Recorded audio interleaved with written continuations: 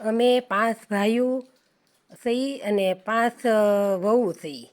એમાં હું 32 વર્ષ સુરતમાં રહી અને આજ મારા સાસુબાની સેવા કરવા 1 વર્ષથી હું દેશમાં આવી છું. મા બાપની સેવા કરવી જરૂરી છે. જેના મા બાપ ખુશ તેના બાળકો ખુશ, એની જિંદગી ખુશ. બા, હું આજ 1 વર્ષથી આવી છું. તમારી કેવી સેવા કરું છું? હારી કરું છું. હું તમને એમાં કાંઈ ઘટે નહીં. અને હું તમને ખાવાનું કેવું આપું છું? સારું. સારું આપું છું. રોટલી કેવી હોય મારી? રોટલી પૂરી હોય. અને તમને ભાવે છે ને? હા તો